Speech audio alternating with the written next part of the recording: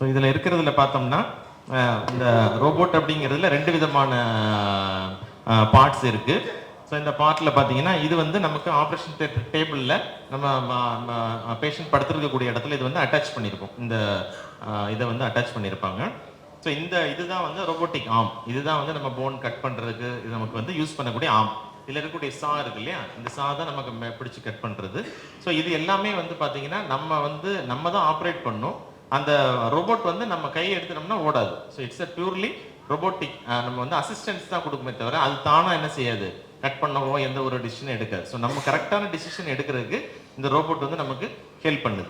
இன்னொன்று பார்த்தோம்னா இதுதான் வந்து பேஸ் ஸ்டேஷன் சொல்லக்கூடியது. இதில் வந்து கம்ப்யூட்டர் எல்லாமே இதுக்குள்ளே இருக்குது. இந்த ஸ்க்ரீனில் வந்து நம்ம எடுக்கக்கூடிய ஆங்கிள், அதில் உள்ள மில்லிமீட்டர் வழி அதில் இருக்கும்.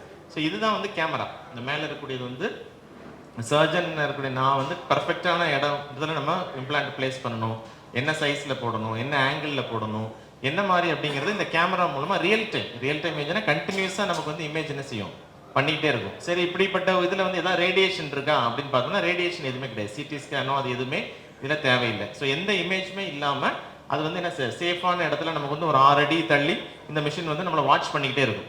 ஸோ அது கொடுக்கக்கூடிய டைரக்ஷன்ஸ் வந்து நம்ம வந்து என்ன செய்கிறோம், ஆல்டர் பண்ணுறோம். இப்போ இந்த பேஷண்ட்டுக்கு இந்த இடத்துல நம்ம இத்தனை டிகிரி கொடுக்கணும் அப்படின்னு சொல்லி நம்ம இதில் என்ன செய்கிறோம், ஃபீட் பண்ணிட்டோம்னா அது கரெக்டான ஆங்கிளில் இந்த ரோபோட்டிக் ஆர்ம் வந்து ஆக்டிவேட் பண்ணி வச்சிரும். ஸோ நம்ம கரெக்டாக எல்லாம் முடிச்சுட்டு இந்த இடத்துல இப்படி தான் அந்த இம்ப்ளான்ட் வரும் அப்படின்னு நம்ம ஒரு டிசிஷன் எடுத்துட்டோம்னா இந்த ரோபோட்டிக் ஆர்மை நம்ம வந்து ஆக்டிவேட் பண்ணுறோம். பண்ணோன்னா அது வந்து என்ன செய்யும், போன் வந்து கட் பண்ணுது. கட் பண்ணி முடிச்சும் போது பார்த்தோம்னா நம்ம எப்படி எதிர்பார்த்தோமோ அதே ஆங்கிள் வந்து அந்த காலில் வந்து நமக்கு கிடைக்குது. இப்போ நம்ம ஹியூமன் இதில் பண்ணும்போது நம்ம ஜிக் பேஸ்டாக பண்ணும்போது சின்ன சின்ன வேரியேஷன்ஸ் வரலாம். ஏன்னா நம்ம ஹியூமன் ஐயில் ஓரளவுக்கு தான் நம்ம பார்க்க முடியும். 1 டிகிரி 2 டிகிரி அளவுக்கு நம்மளால யோசிக்க முடியாது. ஸோ இது வந்து இந்த ப்ரெசிஷன் 0.5 டிகிரி வரைக்கும் நம்மளால என்ன செய்ய முடியும், கரெக்ட் பண்ண முடியும்.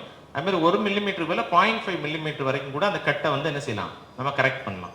சரி, இதெல்லாம் முடிச்சாச்சு, நமக்கு நீ கரெக்டாக வந்துட்டா, நமக்கு தேவையானபடி இருக்கா அப்படின்னு பார்த்தோம்னா அதுக்கப்புறமும் அந்த அரைஸ் மூலமா இந்த ஸ்க்ரீன் வந்து நமக்கு காமிக்கும், நீ கரெக்டான இடத்துல நம்ம போட்டிருக்கோம் அப்படின்னு சொல்லி.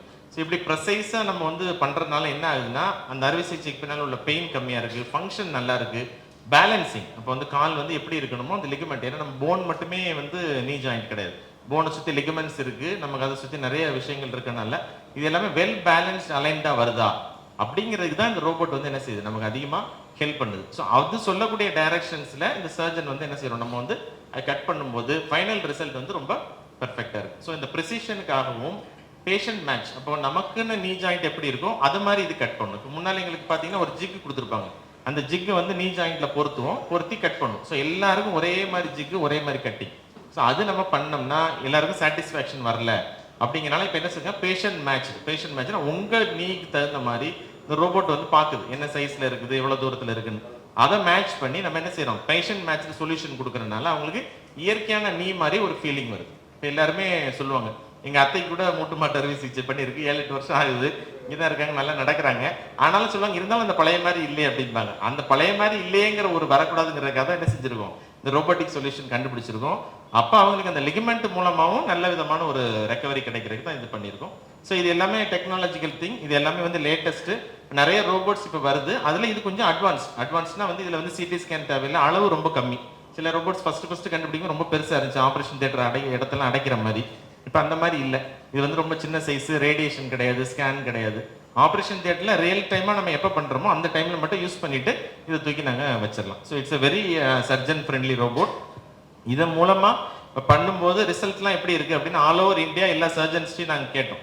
இது மொத்தம் 23 இடத்துல இருக்குது. நம்மளுடைய ரோபோட் வந்து 24ஆவதுன்னு நினைக்கிறேன். அப்போ எல்லா சர்ஜன்ட்டையும் கேட்கும் போதும் அவங்க என்ன சொல்கிறாங்கன்னா இது வந்ததுக்கப்புறம் அந்த பேஷண்ட்டோட ஃபீலிங், அவங்களுடைய மூட்டு மடக்கக்கூடிய திறன், வலி எல்லாமே ரொம்ப இம்ப்ரூவ்டாக இருக்குன்னு சொன்னாங்க. ஸோ லாஸ்ட் 1 இயராக எல்லா விதமான ரிசர்ச் பண்ண பிறகு தான் சரி இதான் இருக்கிறதுலே நல்லா இருக்குது, பெஸ்ட்டாக இருக்குது டெக்னாலஜி அப்படின்னு சொல்லிட்டு இந்த 4th ஜென்ரேஷன் இப்போ இருக்கிறதுல இதான் வந்து லேட்டஸ்ட், அதை நம்ம வந்து வாங்கியிருக்கோம்.